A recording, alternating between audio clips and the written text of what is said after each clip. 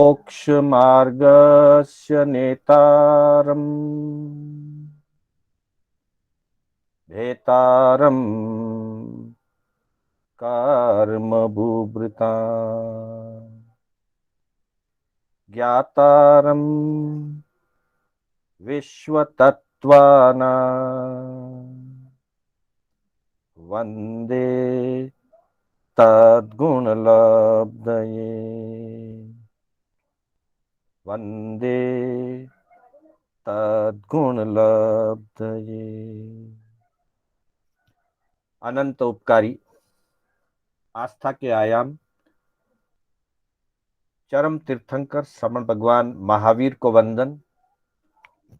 प्रभु की परंपरा में विचरण करने वाले समस्त चारित्र आत्माओं को वंदन।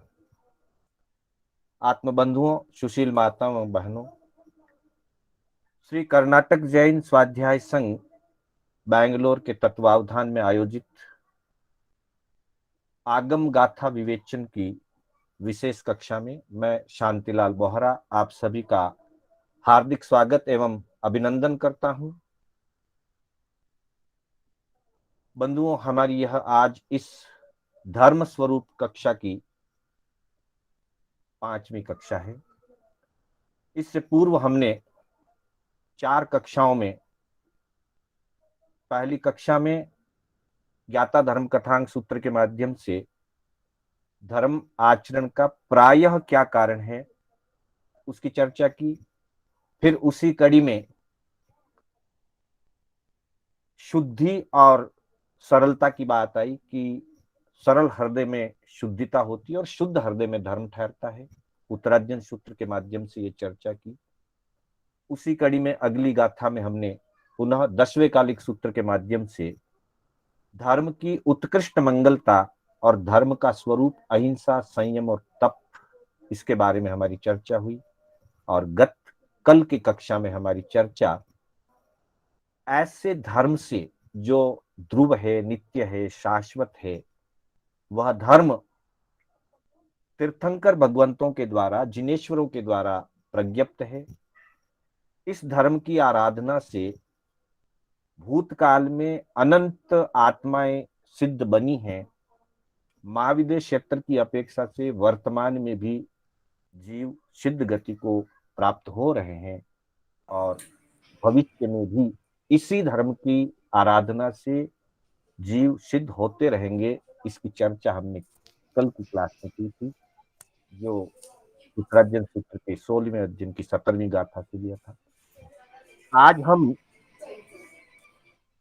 जिस गाथा की चर्चा करने जा रहे हैं वह 10वें कालिक सूत्र के 8वें अध्ययन की 36वीं गाथा है। पहले हम कांडो कोने मरकन 3 दिन वे गया कांडो देना यार।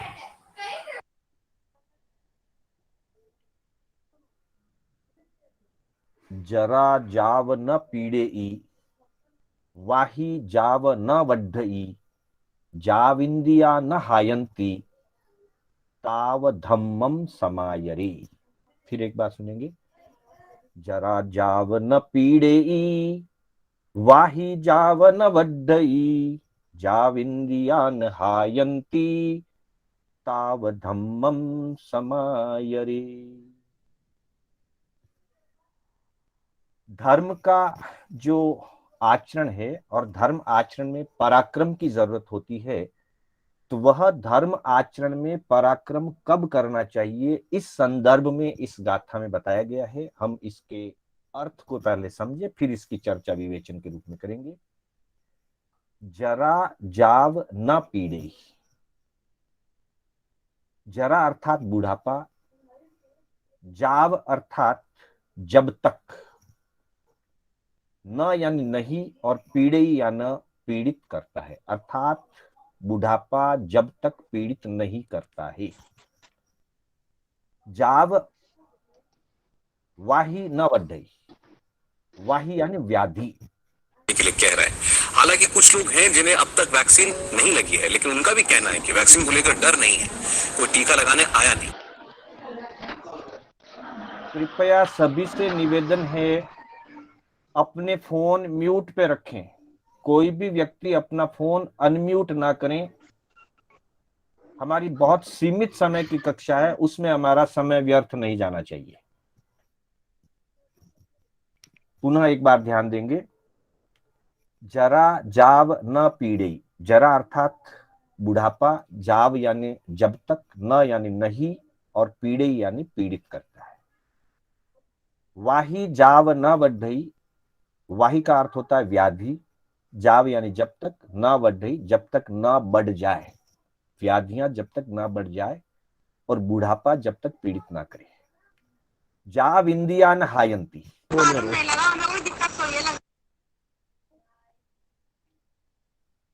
जब तक, जाव इंदिया, जब तक इंद्रियां, ये संधि है, जाव इंदिया, जाव इंदिया, जब तक इंद्रिया यानी इंद्रियां न हायंती, अर्थात इंद्रियों का बल क्षीण ना हो जाए, इंद्रियां हीन ना हो जाए।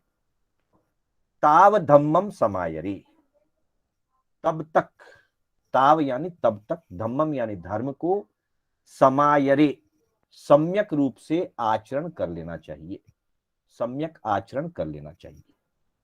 तो बंधुओं, इस गाथा के अंदर प्रभु ने धर्म आचरण की प्रेरणा तो दी है, लेकिन प्रेरणा के साथ में धर्म आचरण के लिए जो बल की जरूरत है, जो शक्ति की जरूरत है, जो मन की स्थिरता की जरूरत है, उसके संबंध में इसकी चर्चा की गई है।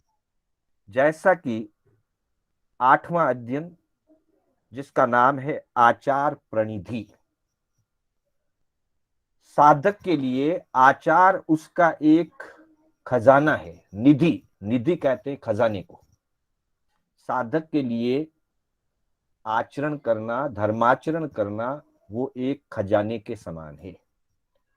और खजाना तभी तक सुरक्षित रहता है जब तक उसकी सभी स्थितियों से परिपालना हो।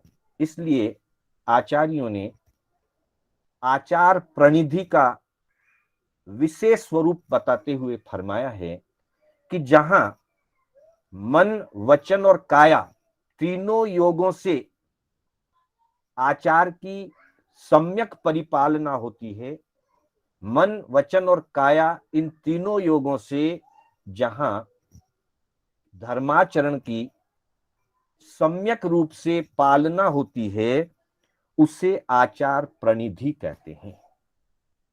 10वें कालिक सूत्र में, वैसे तो पूरा 10वें कालिक सूत्र आचार प्रधान सूत्र है।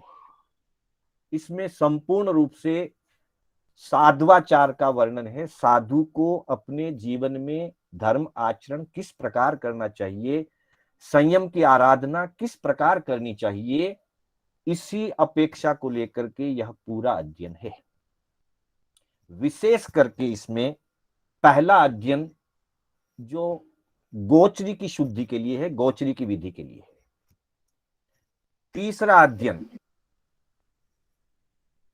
अनाचार का वर्णन बताया कि ये कार्य जीवन में धार्मिक साधक को, विशेष रूप से मुनि को, आचरण करने योग्य नहीं है। ऐसे अनाचारों का वर्णन किया। और फिर उसी कड़ी में आगे चल करके 6ठे अध्ययन में महाचार कथा अर्थात 18 प्रकार के आचार का वर्णन किया गया। 6 काय की रक्षा, 5 महाव्रत और रात्रि भोजन का त्याग, 6 और 6 12, इसको 6 व्रत और 6 काय कहते हैं। 6 काय और 6 व्रत 12, अकल्पनीय आहार, उपाश्रय, वस्त्र, पात्र आदि का त्याग 13वां। 14वें में बताया कि ग्रस्त के पात्र में आहार नहीं करना। 15वें आचार के लिए कहा कि ग्रस्त के पलंग पर शयन नहीं करना। 16वें में कहा ग्रस्त के कुर्सी अथवा सोफा आदि पर नहीं बैठना। 17वें में बताया स्नान का त्याग करना, और 18वें में बताया शरीर के श्रृंगार का त्याग करना। ये 18 प्रकार का जिसको आचार कल्प भी कहते हैं, महाचार कहते हैं। 18 आचार बताए गए हैं मुनि के। 7वें अध्ययन में वाक्य शुद्धि, वचन शुद्धि की बात कही, और तब जाकर के कहा कि जो मन, वचन और काया तीनों योगों की शुद्धता से धर्म का आचरण का पालन करता है, वह आचार प्रणिधिवान होता है, आचार के खजाने से युक्त होता है। तो ऐसे आचार का पालन करने के लिए दो बातें कही प्रभु ने। पहली बात बताई कि व्यक्ति को अपने बल की, अपने धैर्य की, अपने शरीर के आरोग्य की, इन सब की तुलना करके, तोल मोल करके, अपने बल, अपने धैर्य, अपने शरीर, अपना आरोग्य, इन सब का एक तरह से एनालिसिस करके, समीक्षा करके फिर धर्म आराधना करनी चाहिए। देखा देखी धर्म आराधना नहीं हो सकती, किसी के कह देने से धर्म आराधना नहीं हो सकती, अपने स्वयं के निर्णय से धर्म आराधना करना। लेकिन धर्म आराधना करने में प्रमाद नहीं करना, इसलिए इस बात को समझाने के लिए कहा कि जरा जाव न पीड़ेई। जब तक बुढ़ापा, जरा यानी बुढ़ापा, बुढ़ापा जब तक पीड़ित ना करे, वाही जाव न बढ़ई, जब तक शरीर में व्याधियां न बढ़ जाए, जाव इंद्रिया न हायंती, और जब तक इंद्रियों के बल क्षीण ना हो जाए, अर्थात जब तक इंद्रियां मजबूत रहे, ताव धम्मम समाये, तब तक धर्म का आचरण कर लेना चाहिए। कारण बुढ़ापा जब आ जाता है तो व्यक्ति का मन कमजोर पड़ जाता है। बुढ़ापे में शरीर तो कमजोर पड़ता ही है, लेकिन वृद्धावस्था में व्यक्ति का मन कमजोर पड़ जाता है, और व्याधियां बढ़ने पर शरीर कमजोर पड़ जाता है। तो एक तरफ मन कमजोर पड़ गया, दूसरी तरफ शरीर कमजोर पड़ गया। और जब इंद्रियां क्षीण होने लगती है, इंद्रियों के साथ, रसना इंद्रिय के साथ वचन का भी संबंध है, क्योंकि जीभ में रसना भी है और जीभ में वचन का भी एक योग है। तो जब इंद्रियां क्षीण होने लगती है, इंद्रियां कमजोर होने लगती है, तो वचन भी दृढ़ता से, शुद्धता से उच्चारित नहीं होता। अर्थात बुढ़ापा, व्याधि और इंद्रियों की हीनता आने पर, इंद्रियों में कमजोरी आने पर व्यक्ति के मन, वचन और काया तीनों दुर्बल होने लगते हैं। और जब ये तीनों दुर्बल होने लगते हैं, तब धर्म आराधना नहीं कर पाते। धर्म आराधना करने के लिए बहुत ही पराक्रम की जरूरत है, शरीर बल की भी जरूरत है, मनोबल की भी जरूरत है, वचन बल की भी जरूरत है। तीनों योग, मन, वचन और काया, तीनों योगों में बल की आवश्यकता है। बिना बल के, क्योंकि इन तीनों में जब तक बल है तब आत्मबल मजबूत होता है। अगर तीनों बल कमजोर होने लगते हैं तो आत्मबल भी कमजोर होने लग जाता है। हालांकि कई विरले पुरुष होते हैं जो सारी प्रतिकूलताओं में भी आत्मबल को दृढ़ रख करके धर्म आराधना कर सकते हैं, लेकिन सामूहिकता की दृष्टि से, समुच्चय की दृष्टि से अधिकतर लोग जो हैं, अधिकतर मनुष्य जो हैं, वे जब तक मन, वचन और काया का बल मजबूत ना रहे, तब उनका आत्मबल भी कमजोर होने लगता है। तो आत्मबल की दृढ़ता के लिए मन, वचन, काया की दृढ़ता जरूरी है, इसलिए यहां ये बात कही गई। तीसरी अपेक्षा, प्रायः करके मनुष्यों के अंदर ये विचारना बनी हुई है, संसार के अंदर ये मनुष्यों की भावना बनी हुई है कि धर्म तो बुढ़ापे में करने की चीज है। युवा अवस्था में कोई धर्म करे तो कभी कभी तो लोग भी बोल देते हैं कि अभी तो युवा अवस्था है, अभी तो खाने कमाने के दिन हैं, खेलने कूदने के दिन हैं, ये धर्म का काम युवाओं का नहीं है, ये धर्म का काम बुढ़ापे का है। ऐसी सामान्य धारणा बनी हुई है। साथ ही वैदिक जगत के अंदर, क्योंकि हिंदुस्तान में जैन संस्कृति के साथ साथ ब्राह्मण संस्कृति, वैदिक संस्कृति भी बहुत विशालता से साथ साथ रही है, और वैदिक संस्कृति के अंदर एक सिस्टम बना हुआ है कि जीवन के 4 भाग करके पहले भाग में अध्ययन करना, दूसरे भाग में गृहस्थी चलाना, ब्रह्मचर्य आश्रम, गृहस्थ आश्रम, तीसरा वानप्रस्थ आश्रम और चौथे नंबर पर संन्यास आश्रम को रखा। अर्थात वहां पे ये मान्यता दी गई है कि धर्म जो है वो जीवन के चौथे हिस्से में करने का है। धर्म आराधना के लिए सामान्य रूप से ब्राह्मण संस्कृति ने जीवन का चौथा हिस्सा कायम किया है। तब प्रभु यह फरमाते हैं कि जीवन का कोई भरोसा नहीं है। आज स्वस्थ हैं, कल बीमार पड़ सकते हैं। आज जीवन खड़ा है, वृद्धावस्था आएगी या नहीं आएगी इसका भी भरोसा नहीं। तो आज जो वर्तमान हमारे हाथ में है, क्योंकि आज हमारी इंद्रियां मजबूत है, अभी तक रोगों ने शरीर को बहुत ज्यादातर से घेरा हुआ नहीं है और बुढ़ापा आया नहीं है, तो प्रमाद का त्याग करके, कल के भरोसे पर ना रह करके, कल कर लेंगे ऐसा सोचते हुए जिंदगी पूरी हो जाती है और फिर शरीर में ताकत नहीं रहेगी, इंद्रियों में ताकत नहीं रहेगी और व्याधियां जब शरीर को घेर लेगी तो बंधुओं, जीवन का अनुभव तो ये कहता है कि जब शरीर कमजोर हो जाता है, व्याधिग्रस्त हो जाता है, वृद्ध अवस्था हो जाती है, तो संसार के और पाप के कार्य करने भी बड़े मुश्किल हो जाते हैं, घर के कार्य करने भी बड़े मुश्किल हो जाते हैं। तो फिर धर्म के कार्य के लिए तो और ज्यादा पराक्रम की जरूरत है। संसार के कार्यों में तो व्यक्ति फिर भी शक्ति नहीं है तब भी आसक्ति के कारण उनको कर लेता है, लेकिन आत्म कल्याण का जो कार्य है वो शक्ति के बिना नहीं होता। इसलिए ज्ञानियों ने विशेष रूप से जोर देकर के इस बात पर फरमाया है। अब देखिए, जैसे जैसे बुढ़ापा आता है वैसे वैसे व्याधियां भी बढ़ती जाती है और व्याधियों के बढ़ने पर इंद्रियां अपने आप क्षीण हो जाती है, इंद्रियों का बल क्षीण हो जाता है। व्याधियां उसको कहा जाता है कि जो बीमारियां आने के बाद जिंदगी पर छोड़ करके नहीं जाए, उसको व्याधि कहा जाता है। सामान्य बीमारी को व्याधि नहीं कहा जाता। सामान्य बीमारी कभी बुखार आ गया, कभी जुकाम हो गया, सिर दर्द कभी हो गया, पेट दर्द कभी हो गया, वो तो 5 साल के बच्चे को भी हो सकता है और 50 साल के व्यक्ति को भी हो सकता है, 25 साल के युवक को भी हो सकता है और 80 साल के वृद्ध को भी हो सकता है। बीमारी अलग चीज है। बीमारी 1 दिन, 2 दिन, 3 दिन की होती है, 5 दिन की होती है, 7 दिन की होती है और फिर चली जाती है। जो छोड़कर पूर्ण रूप से चली जाती है वापस, वो होती है बीमारी। और जो एक बार शरीर को पकड़ने के बाद जिंदगी भर के लिए नहीं जाती, उसको कहते हैं व्याधि।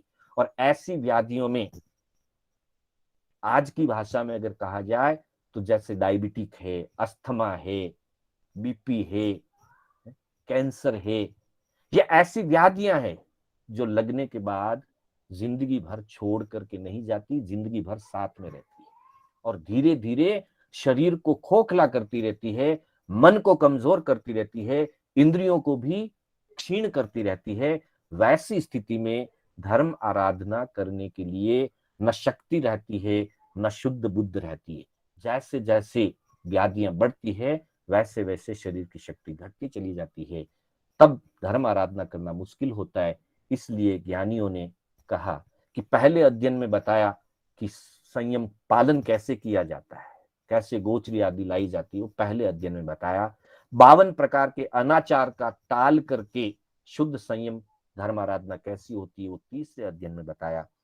और छठे अध्ययन के अंदर 18 प्रकार का आचार बताया।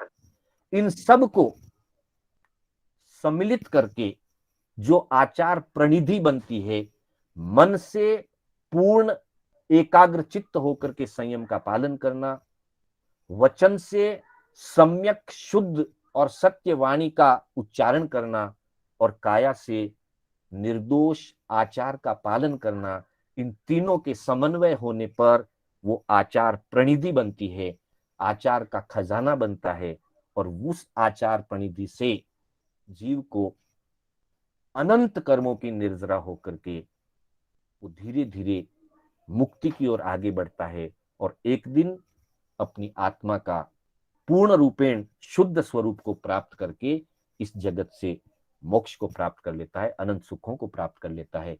तो इसलिए चाहे ये बात मुख्य रूप से मुनि की अपेक्षा से कही गई, लेकिन ये बात व्यवहार पक्ष में हम सब के लिए लागू होती है। हम अभी भले ही संयमी नहीं बने, पर सावक धर्म की आराधना के लिए भी हम कल के भरोसे ना रहें। कल का कोई भरोसा नहीं है। आज हमारा मन, वचन और हमारी काया स्वस्थ है, व्यवस्थित है, हमें अभी धर्म आराधना कर लेनी चाहिए। इन्हीं शब्दों के साथ समय पूरा होने जा रहा है। मैं अपने शब्दों को विराम देना चाहूंगा।